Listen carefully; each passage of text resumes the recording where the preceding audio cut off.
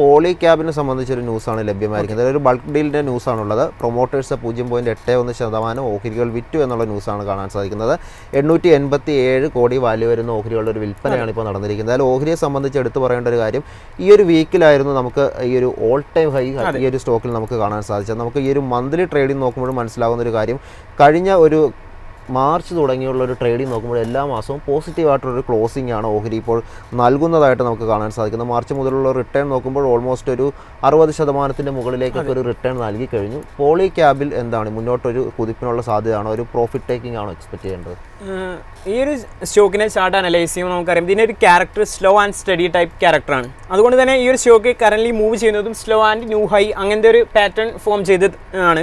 7018 എന്നത് ഒരു ഇമ്പോർട്ട് ലെവലായിരുന്നു. അവിടെ നിന്നാണ് വീണ്ടും ഒരു ന്യൂ ഹൈ രേഖപ്പെടുത്തിയിട്ടുള്ളത്. ഒരു പ്രോപ്പർ റീടെസ്റ്റ് സോണായി ഈ ഒരു സ്റ്റോക്കിൽ ആക്ട് ചെയ്യുന്നുണ്ട്. അതുകൊണ്ട് തന്നെ ഒരു സ്ട്രോങ് ഡിമാൻഡ് സോണായി ആക്ട് ചെയ്യാനുള്ള ഒരു പോസിബിലിറ്റീസ് ആണ് എക്സ്പെർട്സ് പങ്കുവെക്കുന്നത്. കൂടാതെ ഇതിൻ്റെ വോളിയം ആക്ഷൻസ് എല്ലാം ന്യൂട്രൽ ആണെങ്കിൽ പോലും റിലേറ്റീവ് സ്ട്രെങ്ത് ആൻഡ് മറ്റ് ടെക്നിക്കൽ പാരാമീറ്റേഴ്സ് എല്ലാം പോസിറ്റീവായിട്ടാണ് കാണാൻ സാധിക്കുന്നത്. കറൻ്റ് വീണ്ടും ഒരു റാലി അറ്റംപ്റ്റ് ഫേസിലാണ് ഈ ഒരു സ്റ്റോക്ക് ട്രേഡ് ചെയ്യുന്നത് പറയാൻ സാധിക്കും.